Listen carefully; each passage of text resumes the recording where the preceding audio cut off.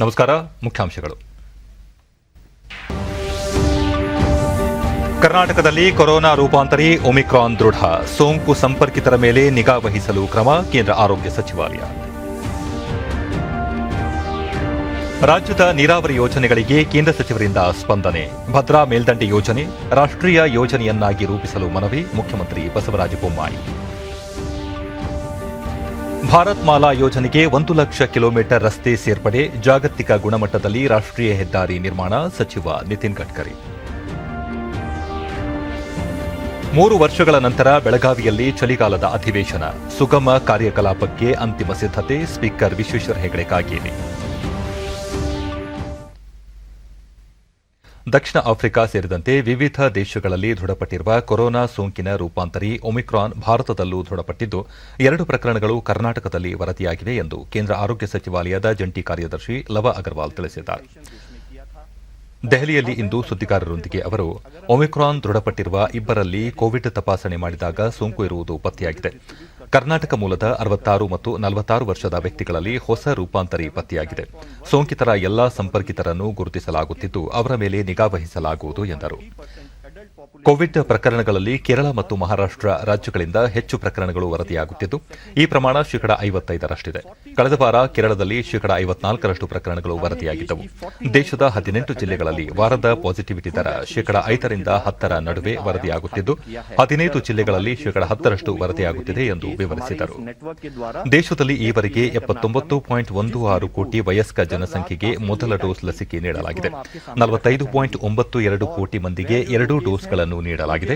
ಒಟ್ಟಾರೆ 125 ಕೋಟಿಗೂ ಹೆಚ್ಚು ಲಸಿಕೆಗಳನ್ನು ನೀಡಲಾಗಿದೆ ಎಂದು ತಿಳಿಸಿದರು. ಇದರಿಂದ 84.3% ವಯಸ್ಕರಿಗೆ 1 ಡೋಸ್, 49% ಮಂದಿಗೆ 2 ಡೋಸ್ ಲಸಿಕೆ ನೀಡಲಾಗಿದೆ. बल्कि as a protocol, as a practice जो हमारी कॉन्टैक्ट ट्रेसिंग की पद्धति भी शुरू हुई है और जितने उनके प्राइमरी कॉन्टैक्ट्स हैं और जितने सेकेंडरी कॉन्टैक्ट हैं उन सबको ट्रेस कर लिया गया है और उन सबकी टेस्टिंग करके उनको एज पर प्रोटोकॉल हम कोऑर्डिनेट कर रहे हैं दुनिया से. तो हमने अपनी इंटरनेशनल ट्रैवल एडवाइजरी को थोड़ा और रेस्ट्रिक्ट किया और उसके बेसिस ನೀತಿ ಆಯೋಗದ ಸದಸ್ಯ ಡಾ ವಿಕೆ ಪಾಲ್ ಲಸಿಕೆ ನೀಡಿಕೆಯನ್ನು ತುರ್ತಾಗಿ ಹೆಚ್ಚಿಸುವ ಅಗತ್ಯವಿದೆ. ಸಂಪೂರ್ಣ ಲಸಿಕೆ ಪಡೆಯುವುದನ್ನು ವಿಳಂಬಗೊಳಿಸಬಾರದು ಎಂದು ಹೇಳಿದ್ದಾರೆ. हमने अपने लक्ष्य से कि 2 डोज लगनी चाहिए. दूसरी बात आती है कि दूसरी डोज ही क्यों और जरूरी है, क्योंकि 1 डोज के बाद हमें फायदा मिलता है. हमने ये डेटा यहां साझा किया है कि 2 डोज का फायदा ज्यादा होता है और इस दशा में तो जितनी भी हम अपने आप को स्ट्रांग कर पाए, अपनी शील्ड को स्ट्रांग कर पाए जरूरी है. तो दूसरी डोज जिनको ड्यू है प्लीज वो दूसरी डोज लगाएं. बिल्कुल देर नहीं करें, बिल्कुल हमें देर नहीं करते हैं. वो बैकलॉग जो है वो देश के लिए, अपने लिए तो अच्छा है ही नहीं. ದೆಹಲಿ ಪ್ರವಾಸದಲ್ಲಿರುವ ಮುಖ್ಯಮಂತ್ರಿ ಬಸವರಾಜ ಬೊಮ್ಮಾಯಿ ದೆಹಲಿಯಲ್ಲಿ ಇಂದು ಕೇಂದ್ರ ಆರೋಗ್ಯ ಸಚಿವ ಮನ್ಸುಖ್ ಮಾಂಡವೀಯ ಅವರನ್ನು ಭೇಟಿ ಮಾಡಿ ವಿವಿಧ ವಿಷಯಗಳ ಕುರಿತು ಸಮಾಲೋಚನೆ ನಡೆಸಿದರು. ಈ ಸಂದರ್ಭದಲ್ಲಿ ಸಂಸದ ಶಿವಕುಮಾರ್ ಉದಾಸಿ, ಮುಖ್ಯಮಂತ್ರಿಗಳ ಪ್ರಧಾನ ಕಾರ್ಯದರ್ಶಿ ಮಂಜುನಾಥ್ ಪ್ರಸಾದ್ ಸೇರಿದಂತೆ ಮತ್ತಿತರರು ಉಪಸ್ಥಿತರಿದ್ದರು.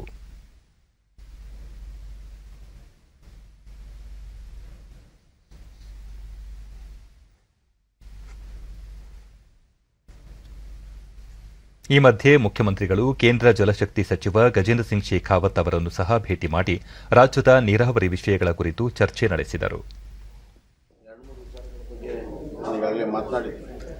ಬಳಿಕ ಮುಖ್ಯಮಂತ್ರಿ ಭದ್ರಾ ಮೇಲ್ದಂಡೆ ಯೋಜನೆಯನ್ನು ರಾಷ್ಟ್ರೀಯ ಯೋಜನೆಯನ್ನಾಗಿ ಘೋಷಿಸುವ ಸಂಬಂಧ ಡಿಸೆಂಬರ್ 6ರಂದು ಸಭೆ ನಡೆಯಲಿದ್ದು ಈ ಸಭೆಯಲ್ಲಿ ನಿರ್ಧಾರ ಕೈಗೆತ್ತಿಕೊಳ್ಳುವಂತೆ ಕೇಂದ್ರ ಜಲಶಕ್ತಿ ಸಚಿವರಿಗೆ ಮನವಿ ಮಾಡಿದ್ದು ಸಕಾರಾತ್ಮಕವಾಗಿ ಸ್ಪಂದಿಸಿದ್ದಾರೆ ಎಂದು ಹೇಳಿದರು. ತಮಿಳುನಾಡಿಗೆ ಸಂಪರ್ಕ ಸೇತುವೆ ಯೋಜನೆಗೆ ಯಾವುದೇ ಕಾರಣಕ್ಕೂ ಮೇಕೆದಾಟು ಯೋಜನೆ ಅನುಷ್ಠಾನವಾಗುವವರೆಗೆ ಅನುಮತಿ ನೀಡಬಾರದು ಎನ್ನುವ ವಿಷಯವನ್ನು ಸಚಿವರ ಗಮನಕ್ಕೆ ತರಲಾಗಿದೆ ಎಂದು ತಿಳಿಸಿದರು. ಕೇಂದ್ರ ಆರೋಗ್ಯ ಸಚಿವ ಮನ್ಸುಖ್ ಮಾಂಡವೀಯ ಅವರೊಂದಿಗೆ ಕೋವಿಡ್ ನಿರ್ವಹಣೆ, ಈಗ ಎದುರಾಗಿರುವ ಹೊಸ ರೂಪಾಂತರಿ ಸೋಂಕು ತಡೆಗಟ್ಟುವ ಸಂಬಂಧ ಚರ್ಚೆ ನಡೆಸಲಾಗಿದೆ. ಈ ಸಂದರ್ಭದಲ್ಲಿ ರಾಜ್ಯದಲ್ಲಿ ಕೋವಿಡ್ ನಿರ್ವಹಣೆ ಬಗ್ಗೆ ಸಚಿವರು ಮೆಚ್ಚುಗೆ ವ್ಯಕ್ತಪಡಿಸಿ ಲಸಿಕೆ ಪ್ರಮಾಣವನ್ನು ಮತ್ತಷ್ಟು ಹೆಚ್ಚಿಸುವಂತೆ ಸಲಹೆ ನೀಡಿದ್ದಾರೆ ಎಂದರು.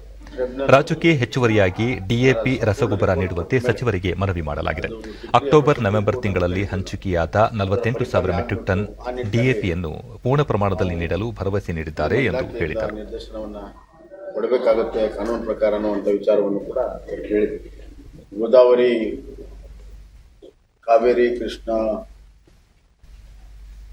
ಮಹಾನದಿ ಲಿಂಕ್ ಬಗ್ಗೆ ನಮ್ಮ ಅಹವಾಲನ್ನು ಕೇಳ್ದೇನೆ ಅದರ DPR ಅನ್ನು ಮಾಡಬಾರ್ದು ಅನ್ನುವಂಥ ವಿಚಾರವನ್ನು ಕೂಡ ಹೇಳ್ತೀವಿ.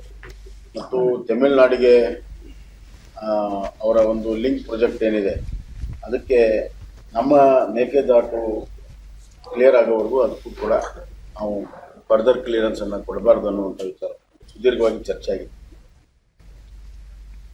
ಕೇಂದ್ರ ಕಾನೂನು ಸಚಿವ ಕಿರಣ್ ರಿಜಿಜು ಅವರೊಂದಿಗೆ ರಾಜ್ಯದಲ್ಲಿರುವ ಕಾನೂನು ಕೋರ್ಸ್ಗಳು ಮತ್ತು ಮೂಲಸೌಕರ್ಯಗಳ ಲಭ್ಯತೆ ಕುರಿತು ಚರ್ಚಿಸಲಾಗಿದ್ದು, ಮುಂದಿನ ವರ್ಷ ಜನವರಿಯಲ್ಲಿ ರಾಜ್ಯಕ್ಕೆ ಬರುವಂತೆ ಆಹ್ವಾನಿಸಲಾಗಿದೆ ಎಂದರು. ಸಂಸತ್ತಿನ ಚಳಿಗಾಲ ಅಧಿವೇಶನದ 4ನೇ ದಿನವಾದ ಇಂದು ಲೋಕಸಭೆಯ ಕಲಾಪ ಆರಂಭವಾಗುತ್ತಿದ್ದಂತೆ ಸದಸ್ಯರ ಪ್ರಶ್ನೆಗೆ ಉತ್ತರಿಸಿದ ಕೇಂದ್ರ ನಗರಾಭಿವೃದ್ಧಿ ಸಚಿವ ಹರ್ದೀಪ್ ಸಿಂಗ್ ಪುರಿ, ನಗರಗಳಲ್ಲಿ ಮೂಲಸೌಕರ್ಯ ಕಲ್ಪಿಸಲು ಸ್ಮಾರ್ಟ್ ಸಿಟಿ ಯೋಜನೆ ಏಕೈಕ ಮಾರ್ಗವಲ್ಲ, 100 ಸ್ಮಾರ್ಟ್ ಸಿಟಿಗಳ ಯೋಜನೆ ಕೊನೆಗೊಂಡಿದೆ ಎಂದು ತಿಳಿಸಿದರು. Sridhi had a population of 36,000 in the 2011 census. It was put under Amrut as a holy city. So all the steps that we take for holy cities are being taken. If additional steps are needed, we are happy to consider them. But sir, I cannot agree with the characterization of the smart cities. I'd be very happy to sit with the honourable member. It is one of the fastest implemented programs. I would like the honourable member to visit a nerve center, integrated command and control center, where some of these simplistic perceptions can be corrected. It is a highly successful scheme. उसके लिए हमें स्वीकृति मिली है. ಮತ್ತೊಂದು ಪ್ರಶ್ನೆಗೆ ಉತ್ತರಿಸಿದ ಕೇಂದ್ರ ಹೆದ್ದಾರಿ ಹಾಗೂ ರಸ್ತೆ ಸಾರಿಗೆ ಸಚಿವ ನಿತಿನ್ ಗಡ್ಕರಿ, ಮುಂದಿನ 2 ವರ್ಷಗಳಲ್ಲಿ ದೇಶದ ರಾಷ್ಟ್ರೀಯ ಹೆದ್ದಾರಿಗಳ ಜಾಲ ಐರೋಪ್ಯ ದೇಶಗಳ ಗುಣಮಟ್ಟದಂತೆ ಸುಧಾರಣೆಗೊಳ್ಳಲಿದೆ. ಭಾರತ್ ಮಾಲಾ ಯೋಜನೆಗೆ 1 ಲಕ್ಷ ಕಿಲೋಮೀಟರ್ ರಸ್ತೆಗಳನ್ನು ಸೇರ್ಪಡೆಗೊಳಿಸಲಾಗುವುದು. ಭಾರತ್ ಮಾಲಾ ಹಾಗೂ ಪ್ರಧಾನಮಂತ್ರಿ ಗತಿಶಕ್ತಿ ಯೋಜನೆಯ 2ನೇ ಹಂತದ ಕಾಮಗಾರಿಗಳು ಮುಂದಿನ ವರ್ಷ ಆರಂಭವಾಗಲಿದ್ದು, ಹಿಂದುಳಿದ ಪ್ರದೇಶಗಳು ಹಾಗೂ ಪ್ರವಾಸೋದ್ಯಮ, ಸಾಗಾಣಿಕೆ ಮಹತ್ವದ ಸ್ಥಳಗಳಿಗೆ ಆದ್ಯತೆ ನೀಡಲಾಗುವುದು ಎಂದರು. नए नेशनल हाईवे को मान्यता देंगे और जहां उसके जो निकष बनेंगे उस समय पिछड़ा हुआ क्षेत्र टूरिज्म के दृष्टि से महत्वपूर्ण और गति शक्ति में लॉजिस्टिक के दृष्टि से पोर्ट को, एयरपोर्ट को और विशेष रूप से हमारी लॉजिस्टिक कॉस्ट कम हो, इसलिए उसको जोड़ा गया है. और उसके साथ साथ दोनों योजना में हमने एक कंपनी बनाई है जिसमें हम लॉजिस्टिक पार्क बना रहे हैं. करीब 35 लॉजिस्टिक पार्क का ऊपर हमने अभी काम शुरू किया है. सरकार को सुझाव भी देंगे. ಪ್ರಶ್ನೋತ್ತರ ಕಲಾಪದ ನಂತರ ಸ್ಪೀಕರ್ ಓಂ ಬಿರ್ಲಾ ನಿಯಮ 193ರಡಿ ಕೊರೋನಾ ಕುರಿತು ಚರ್ಚೆ ಕೈಗೆತ್ತಿಕೊಂಡರು. ಹಲವು ಸದಸ್ಯರು ವಿಷಯದ ಮೇಲೆ ಚರ್ಚೆ ನಡೆಸಿದರು. देखिए जी, 21 महीने के बाद इम्पोर्टेंट 15 जो हमारे हेल्थ है इमरजेंसी ऑपरेशन. ಬಿಜೆಪಿಯ ಜಗದಾಂಬಿಕಾ ಪಾಲ್ ಚರ್ಚೆಯಲ್ಲಿ ಪಾಲ್ಗೊಂಡು ಒಮಿಕ್ರಾನ್ ಸೇರಿದಂತೆ ಯಾವುದೇ ರೂಪಾಂತರಿಯ ಸವಾಲುಗಳನ್ನು ಎದುರಿಸಲು ಭಾರತ ಸಿದ್ಧವಾಗಿದೆ. ಪ್ರಧಾನಿ ನರೇಂದ್ರ ಮೋದಿ ನಾಯಕತ್ವದಲ್ಲಿ ಕೋವಿಡ್ ಸೋಂಕಿನ ವಿರುದ್ಧ ದೇಶ ಹೋರಾಡಲಿದೆ ಎಂದರು. ಕೊರೋನಾ ಸೋಂಕಿನ ಹಿನ್ನೆಲೆಯಲ್ಲಿ ಸರ್ಕಾರ ಕೈಗೊಂಡ ವಿವಿಧ ಕ್ರಮಗಳನ್ನು ಇವರು ಸದನದಲ್ಲಿ ಪ್ರಸ್ತಾಪಿಸಿದರು.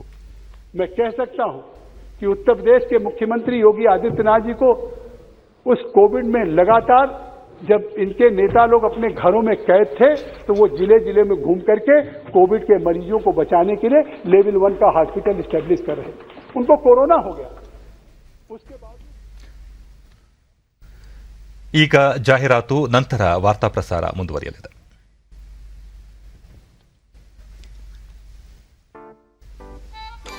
9 to 5 job, अरे 5 to 9 job, ಓಡು all the time job.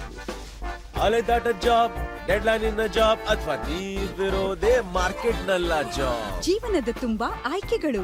ನಿಮ್ಮ ಷರತ್ತುಗಳಿಗೆ ಅನುಗುಣವಾಗಿ ಜಾಬ್ ಅನ್ನು ಆಯ್ಕೆ ಮಾಡಿ ಮತ್ತು ಗಳಿಸಿ. LIC ಏಜೆಂಟ್ ಆಗುವ ಆಯ್ಕೆ ಮಾಡಿ. ಅದು ಜಾಬ್ ಅನ್ನು ಮೀರಿದ್ದು, ಅದು ಕರಿಯರ್ ಇನ್ಶೂರೆನ್ಸ್. ನೀವೇ ನಿಮ್ಮ ಬಾಸ್ ಆಗಿ LIC ಏಜೆಂಟ್ ಆಗಿ. ಈಗ ಲೈಫ್ ಸೆಟ್ ಆಗಿದೆ. ರಾಜ್ಯಸಭೆಯಲ್ಲಿ ವಿರೋಧ ಪಕ್ಷಗಳ ಗದ್ದಲದ ನಡುವೆಯೂ ಹಲವು ವಿಧೇಯಕಗಳನ್ನು ಹಾಗೂ ಕಾಗದ ಪತ್ರಗಳನ್ನು ಮಂಡಿಸಲಾಯಿತು. ಕೇಂದ್ರ ಜಲಶಕ್ತಿ ಸಚಿವ ಗಜೇಂದ್ರ ಸಿಂಗ್ ಶೇಖಾವತ್ ಜಲಾಶಯ ಸುರಕ್ಷತಾ ವಿಧೇಯಕ 2019 ಚರ್ಚಿಸಲು ಸಭಾಪತಿಗಳ ಅನುಮತಿ ಕೋರಿದರು. ಅನುಮತಿ ನೀಡಿದ ಬಳಿಕ ಗಜೇಂದ್ರ ಸಿಂಗ್ ಶೇಖಾವತ್, ಕಳೆದ 40 ವರ್ಷಗಳಿಂದ ದೇಶದಲ್ಲಿ ಜಲಾಶಯಗಳ ಸುರಕ್ಷತೆ ಕುರಿತು ಯಾವುದೇ ನೀತಿ ಇರಲಿಲ್ಲ. ಈ ವಿಧೇಯಕವನ್ನು ಲೋಕಸಭೆ 2019 ಅಂಗೀಕರಿಸಿದೆ ಎಂದು ಹೇಳಿದರು.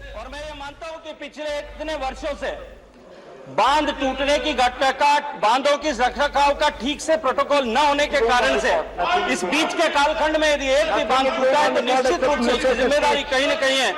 इसलिए मैं आग्रह करूंगा कि हम इस एक्ट पर आज यहाँ, इस बिल पर आज यहाँ चर्चा करें, जिसे लोकसभा ने 2 साल पहले पारित कर दिया है। ಚರ್ಚೆಯಲ್ಲಿ ಪಾಲ್ಗೊಂಡ ಡಿಎಂಕೆಯ ತಿರುಚಿ ಶಿವ, ಪ್ರಸಕ್ತ ಸರ್ಕಾರ ತಂದಿರುವ ಬಹುತೇಕ ವಿಧೇಯಕಗಳು ರಾಜ್ಯಗಳ ಹಕ್ಕುಗಳನ್ನು ಅತಿಕ್ರಮಿಸುವಂತಾಗಿವೆ. ಈ ವಿಧೇಯಕವು ರಾಜ್ಯಗಳ ಹಕ್ಕುಗಳನ್ನು ಕಸಿಯಲಿದೆ ಎಂದು ಆಕ್ಷೇಪ ವ್ಯಕ್ತಪಡಿಸಿ ರಾಜ್ಯಗಳ ಅಧಿಕಾರವನ್ನು ಕಲ್ಪಿಸುವ ತಿದ್ದುಪಡಿಯನ್ನು ಮಂಡಿಸಿ ವಿಧೇಯಕವನ್ನು ಆಯ್ಕೆ ಸಮಿತಿಗೆ ರವಾನಿಸಬೇಕು ಎಂದು ಹೇಳಿದರು. Sir, when already it comes under the state list and with the state's rights, this bill takes away the rights of the states. So, sir, in the path of many other bills that have been passed in which we have made our reservation, this is also another bill, sir. On any account, federalism cannot be crippled, states' powers cannot be encroached or transgressed.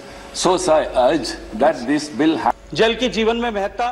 ವಿಧೇಯಕದ ಮೇಲೆ ನಡೆದ ಚರ್ಚೆಗೆ ಉತ್ತರಿಸಿದ ಸಚಿವ ಗಜೇಂದ್ರ ಸಿಂಗ್ ಶೇಖಾವತ್, ವಿಧೇಯಕ ಅತ್ಯಂತ ಮಹತ್ವ ಹೊಂದಿದ್ದು ದೇಶದ ಜಲಾಶಯಗಳ ಸಂರಕ್ಷಣೆ ನಮ್ಮೆಲ್ಲರ ಹೊಣೆಯಾಗಿದೆ ಎಂದರು. समझी जा सकती है कि सारी सभ्यताओं का विकास दुनिया भर में जो हुआ है वो जल के संसाधनों के और मुख्यतः नदियों के तट पर हुआ,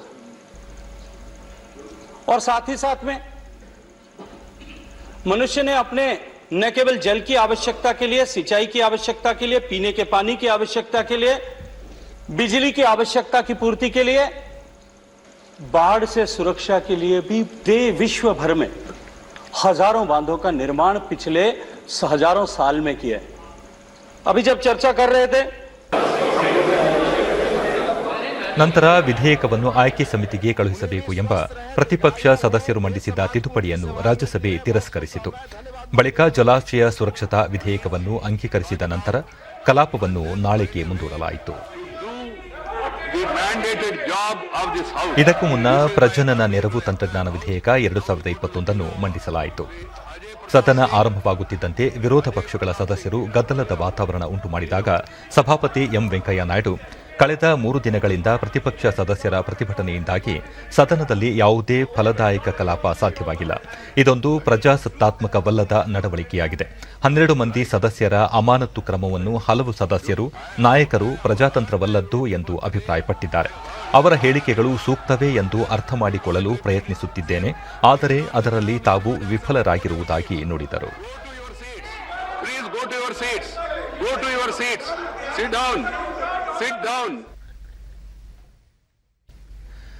ಮೂರು ಕೃಷಿ ಕಾಯ್ದೆಗಳನ್ನು ಹಿಂದಕ್ಕೆ ಪಡೆಯುವ ಸಂಬಂಧ ಕೇಂದ್ರ ಸರ್ಕಾರ ಅಧಿಸೂಚನೆ ಹೊರಡಿಸಿದೆ. ಚಳಿಗಾಲದ ಅಧಿವೇಶನದ ಮೊದಲ ದಿನದಂದು 3 ಕೃಷಿ ಕಾಯ್ದೆಗಳನ್ನು ಹಿಂದಕ್ಕೆ ಪಡೆಯುವ ಮಸೂದೆ ಮಂಡಿಸಲಾಗಿತ್ತು. ಈ ಹಿನ್ನೆಲೆಯಲ್ಲಿ ಸರ್ಕಾರ ಅಧಿಸೂಚನೆ ಪ್ರಕಟಿಸಿದೆ. ಕಳೆದ ತಿಂಗಳು 19ರಂದು ಪ್ರಧಾನಿ ನರೇಂದ್ರ ಮೋದಿ ಅವರು ದೇಶವನ್ನು ಉದ್ದೇಶಿಸಿ ಮಾಡಿದ್ದ ಭಾಷಣದಲ್ಲಿ 2019ರಲ್ಲಿ ಸಂಸತ್ ಅಧಿವೇಶನದಲ್ಲಿ ಅಂಗೀಕಾರವಾಗಿದ್ದ ಕಾಯ್ದೆಯನ್ನು ವಾಪಸ್ ಪಡೆಯುವುದಾಗಿ ಪ್ರಕಟಿಸಿದರು. ಅದರಂತೆ ಪ್ರಸಕ್ತ ಚಳಿಗಾಲದ ಅಧಿವೇಶನದಲ್ಲಿ ಈ ಕಾಯ್ದೆಯನ್ನು ಹಿಂದಕ್ಕೆ ಪಡೆಯಲಾಗಿದೆ. 3 ವರ್ಷಗಳ ನಂತರ ಬೆಳಗಾವಿಯಲ್ಲಿ ವಿಧಾನಮಂಡಲ ಚಳಿಗಾಲದ ಅಧಿವೇಶನ ನಡೆಯುತ್ತಿದ್ದು, ಸುಗಮ ಕಲಾಪಕ್ಕೆ ಅನುಕೂಲವಾಗುವಂತೆ ಎಲ್ಲ ಸಿದ್ದತೆಗಳನ್ನು ಮಾಡಿಕೊಳ್ಳಲಾಗಿದೆ. ಬೆಳಗಾವಿಯಲ್ಲಿಂದು ಅಧಿವೇಶನದ ಸಿದ್ದತೆ ಕುರಿತು ವಿಧಾನ ಪರಿಷತ್ ಸಭಾಪತಿ ಬಸವರಾಜ ಹೊರಟ್ಟಿ ಮತ್ತು ವಿಧಾನಸಭಾಧ್ಯಕ್ಷ ವಿಶ್ವೇಶ್ವರ ಹೆಗಡೆ ಕಾಗೇರಿ ಪರಿಶೀಲನೆ ನಡೆಸಿದರು.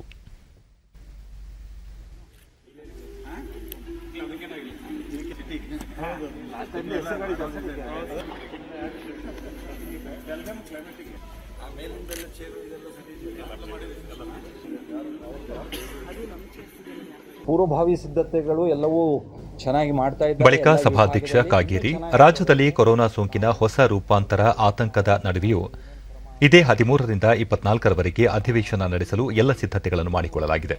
ಕೊರೋನಾ ನಿಯಂತ್ರಣ, ಅದರ ಮುನ್ನೆಚ್ಚರಿಕೆ ಸೇರಿದಂತೆ ವಿವಿಧ ವಿಷಯಗಳ ಕುರಿತು ಈಗಾಗಲೇ ಮುಖ್ಯಮಂತ್ರಿಗಳೊಂದಿಗೆ ಚರ್ಚೆ ನಡೆಸಲಾಗಿದೆ ಎಂದು ತಿಳಿಸಿದರು.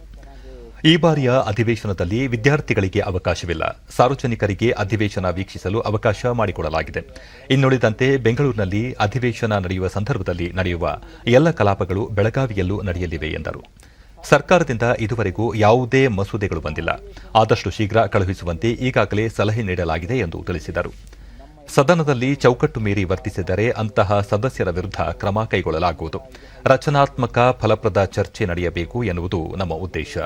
ಇತ್ತೀಚೆಗೆ ರಾಜ್ಯಸಭೆಯಲ್ಲಿ ನಡೆಯುತ್ತಿರುವ ಘಟನೆಗಳು ತೀವ್ರ ವಿಷಾದಕರ ಎಂದು ಹೇಳಿದರು. ಹಾಗೆ ಬಿಲ್ಗಳ ಬಗ್ಗೆ ಚರ್ಚೆಗಳು ಹೀಗಿದ್ದೆಲ್ಲ ನಮ್ಮ ಶೂನ್ಯ ವೇಳೆ ಇತ್ಯಾದಿ ಒಳಗೊಂಡಂತೆ ಎಲ್ಲ ಕಾರ್ಯಕಲಾಪಗಳು ಎಂದಿನಂತೆ ವ್ಯವಸ್ಥಿತವಾಗಿ ಬೆಂಗಳೂರಿನಲ್ಲಿ ಹೆಂಗೆ ವಿಧಾನಸೌಧದಲ್ಲಿ ನಡೆಯುತ್ತೋ ಅಲ್ಲೂ ಈ ಸುವರ್ಣಸೌಧದಲ್ಲಿಯೂ ಇದೇ ನಡೆಯುತ್ತೆ, ಎಲ್ಲ ಚಟುವಟಿಕೆಗಳು ನಡೆಯುತ್ತೆ.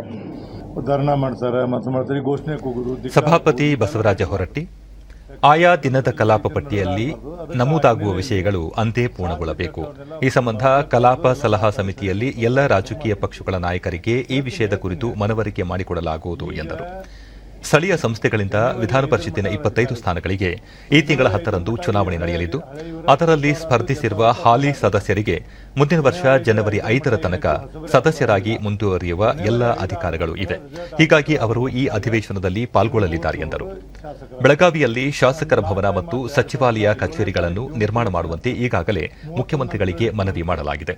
ಇದರಿಂದ ಖರ್ಚು ವೆಚ್ಚ ಕಡಿಮೆ ಮಾಡಲು ಸಹಕಾರಿಯಾಗಲಿದೆ ಎಂದು ತಿಳಿಸಿದರು.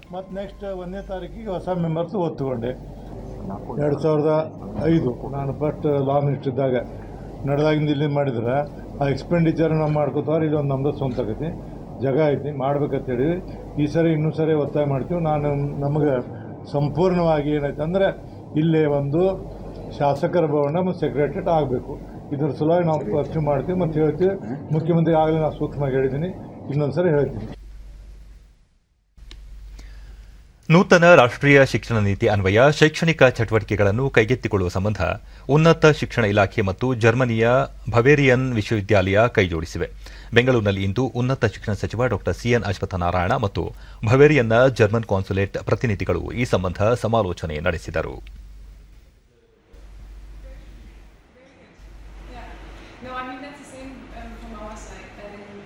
ಈ ವೇಳೆ ಅಶ್ವತ್ಥನಾರಾಯಣ, ರಾಜ್ಯದಲ್ಲಿ ಅಂತಾರಾಷ್ಟ್ರೀಯ ಗುಣಮಟ್ಟದ ಶಿಕ್ಷಣ ನೀಡಲು ಸರ್ಕಾರ ಆಸಕ್ತಿ ಹೊಂದಿದೆ. ಇದಕ್ಕಾಗಿಯೇ ಬವೇರಿಯನ್ ವಿಶ್ವವಿದ್ಯಾಲಯದೊಂದಿಗೆ ಕೈಜೋಡಿಸಿದೆ. ಇಂದು ನಡೆದ ಸಭೆಯಲ್ಲಿ ಹಲವು ವಿಷಯಗಳ ಕುರಿತು ಚರ್ಚೆ ನಡೆಸಲಾಗಿದೆ ಎಂದು ಹೇಳಿದರು.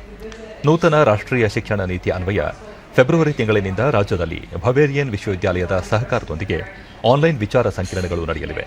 2ನೇ ಹಂತದಲ್ಲಿ ಏಪ್ರಿಲ್ ತಿಂಗಳಿನಿಂದ ವಿಶ್ವವಿದ್ಯಾಲಯದ ಮಟ್ಟದಲ್ಲಿ ಈ ವಿಚಾರ ಸಂಕಿರಣಗಳು ನಡೆಯಲಿವೆ ಎಂದು ಮಾಹಿತಿ ನೀಡಿದರು. ಅಂತಿಮ ಹಂತದಲ್ಲಿ ಜುಲೈ 22ರಿಂದ ಸೆಪ್ಟೆಂಬರ್ 22ರ ತನಕ ರಾಷ್ಟ್ರೀಯ ಶಿಕ್ಷಣ ನೀತಿಯಡಿ ಅವಕಾಶಗಳ ಕುರಿತು ವಿಚಾರ ಸಂಕಿರಣ ನಡೆಯಲಿದೆ. ಇದರಲ್ಲಿ ಹಲವು ವಿಷಯಗಳು ವಿಚಾರ ವಿನಿಮಯವಾಗಲಿವೆ ಎಂದು ತಿಳಿಸಿದರು.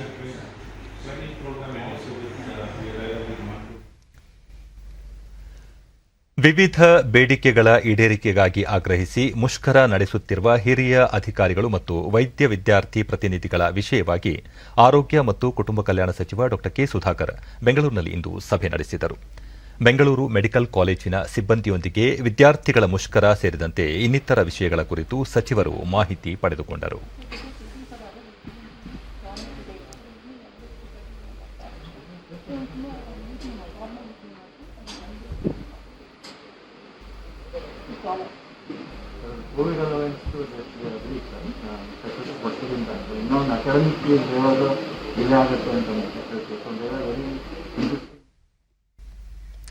ಸಾವಯವ ಮತ್ತು ಸಿರಿಧಾನ್ಯ ಉತ್ಪಾದನೆಯನ್ನು ಪ್ರೋತ್ಸಾಹಿಸುವ ಜೊತೆಗೆ ಇವುಗಳಿಂದ ಜನರಿಗೆ ಆಗುವ ಅನುಕೂಲಗಳನ್ನು ಮನದಟ್ಟು ಮಾಡಿಕೊಡಲು ಹೊಸ ಯೋಜನೆಗಳನ್ನು ಜಾರಿ ಮಾಡಲು ಸರ್ಕಾರ ಮುಂದಾಗಿದೆ ಎಂದು ಕೃಷಿ ಸಚಿವ ಬಿಸಿ ಪಾಟೀಲ್ ಬೆಂಗಳೂರಿನಲ್ಲಿ ಇಂದು ಹೇಳಿದ್ದಾರೆ.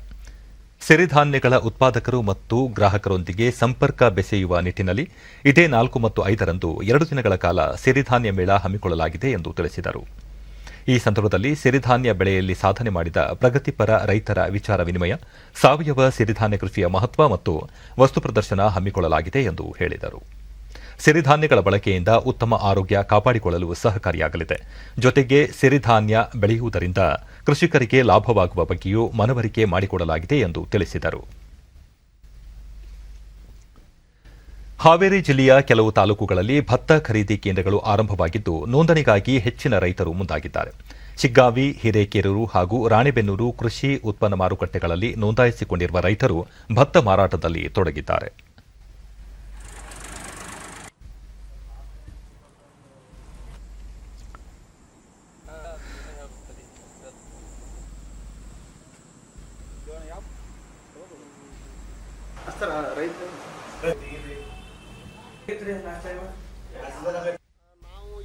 ಡಿಡಿ ನ್ಯೂಸ್ನೊಂದಿಗೆ ರೈತ ದೇವೇಂದ್ರಪ್ಪ ಫಕೀರಪ್ಪ ಕತ್ತಿ, ಸರ್ಕಾರ ಬೆಂಬಲ ಬೆಲೆ ಯೋಜನೆಯಡಿ ಭತ್ತ ಖರೀದಿಗೆ ಮುಂದಾಗಿರುವುದರಿಂದ ರೈತರಿಗೆ ಹೆಚ್ಚು ಅನುಕೂಲವಾಗಿದೆ ಎಂದರು. ಕರೆಕ್ಟಾಗಿ ಪಾಲಿಸಿಕೊಂಡು ರೈತರು ಭತ್ತ ಕರೆಕ್ಟಾಗಿ ತೊಗೊಂಡು ಅವ್ರಿಗೆ ಅನುಕೂಲ ಮಾಡಿಕೊಟ್ರೆ ಭಾಳ ಅನುಕೂಲ.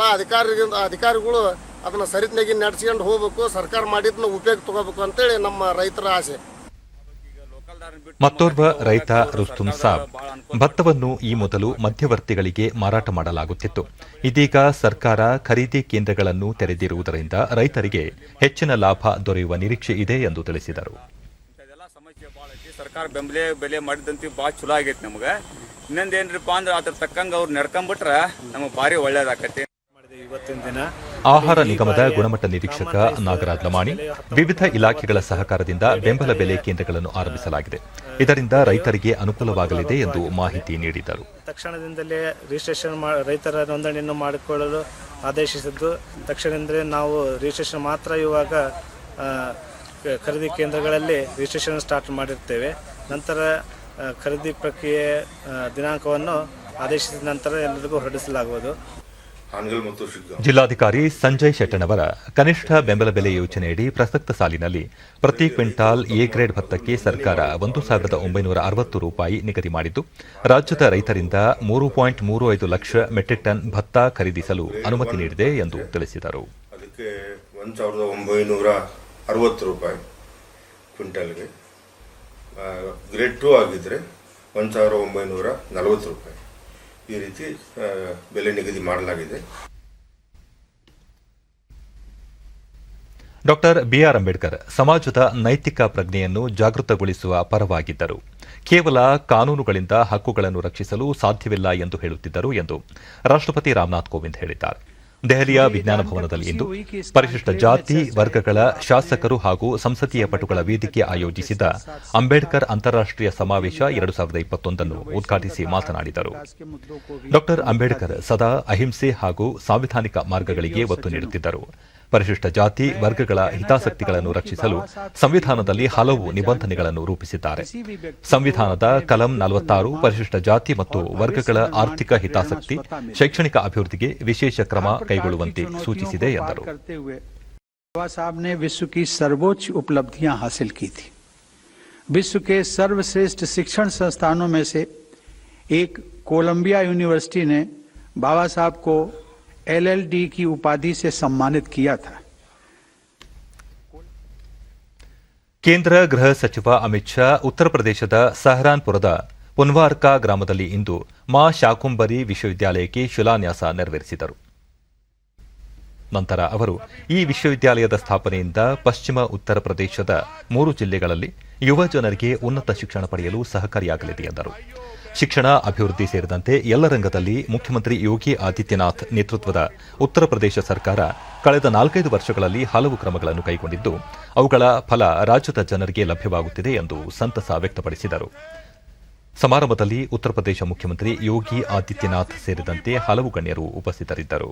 शाकंभरी देवी के नाम पर एक यूनिवर्सिटी के शिलान्यास के लिए योगी जी ने मुझे निमंत्रित किया है. इस भूमि की अधिष्ठात्री देवी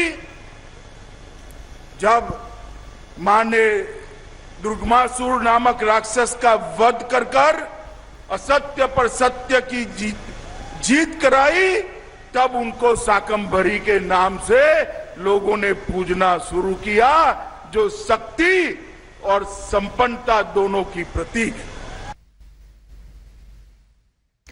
ಇನ್ನು ಹವಾವರ್ತಮಾನ. ರಾಜ್ಯದ ಕರಾವಳಿಯ ಬಹುತೇಕ ಕಡೆ, ದಕ್ಷಿಣ ಒಳನಾಡಿನ ಕೆಲ ಪ್ರದೇಶ ಹಾಗೂ ಉತ್ತರ ಒಳನಾಡಿನ ಅಲ್ಲಲ್ಲಿ ಮಳೆಯಾಗಿದೆ.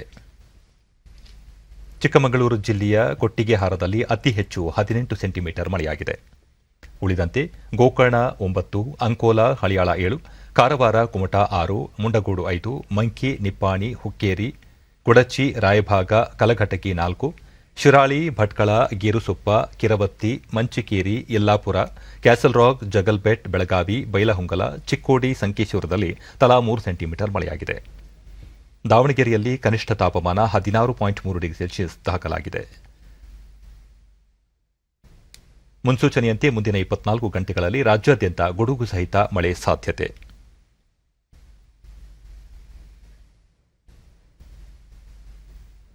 ಬೆಂಗಳೂರು ಸುತ್ತಮುತ್ತ ಸಾಮಾನ್ಯ ಮೋಡ ಕವಿದ ವಾತಾವರಣ, ಹಗುರ ಮಳೆ ಸಾಧ್ಯತೆ. ಗರಿಷ್ಠ 25, ಕನಿಷ್ಠ 19 ಡಿಗ್ರಿ ಸೆಲ್ಸಿಯಸ್ ತಾಪಮಾನ ದಾಖಲಾಗುವ ನಿರೀಕ್ಷೆ.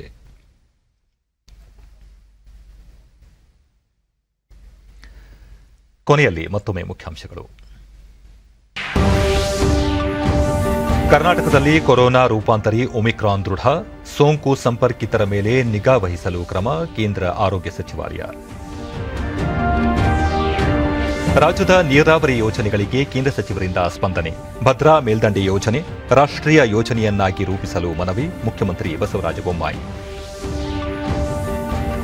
ಭಾರತ್ ಮಾಲಾ ಯೋಜನೆಗೆ 1 ಲಕ್ಷ ಕಿಲೋಮೀಟರ್ ರಸ್ತೆ ಸೇರ್ಪಡೆ, ಜಾಗತಿಕ ಗುಣಮಟ್ಟದಲ್ಲಿ ರಾಷ್ಟ್ರೀಯ ಹೆದ್ದಾರಿ ನಿರ್ಮಾಣ, ಸಚಿವ ನಿತಿನ್ ಗಡ್ಕರಿ. 3 ವರ್ಷಗಳ ನಂತರ ಬೆಳಗಾವಿಯಲ್ಲಿ ಚಳಿಗಾಲದ ಅಧಿವೇಶನ, ಸುಗಮ ಕಾರ್ಯಕಲಾಪಕ್ಕೆ ಅಂತಿಮ ಸಿದ್ಧತೆ, ಸ್ಪೀಕರ್ ವಿಶ್ವೇಶ್ವರ ಹೆಗಡೆ ಕಾಗೇರಿ.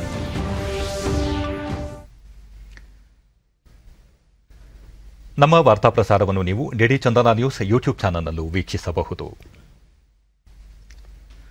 ವೀಕ್ಷಕರೇ, ವ್ಯಕ್ತಿಗತ ಅಂತರ ಕಾಪಾಡಿಕೊಳ್ಳುವುದರೊಂದಿಗೆ ನೀವು ಸುರಕ್ಷಿತವಾಗಿರಿ, ನಿಮ್ಮವರನ್ನು ಸುರಕ್ಷಿತವಾಗಿ ಇರಿಸಿ.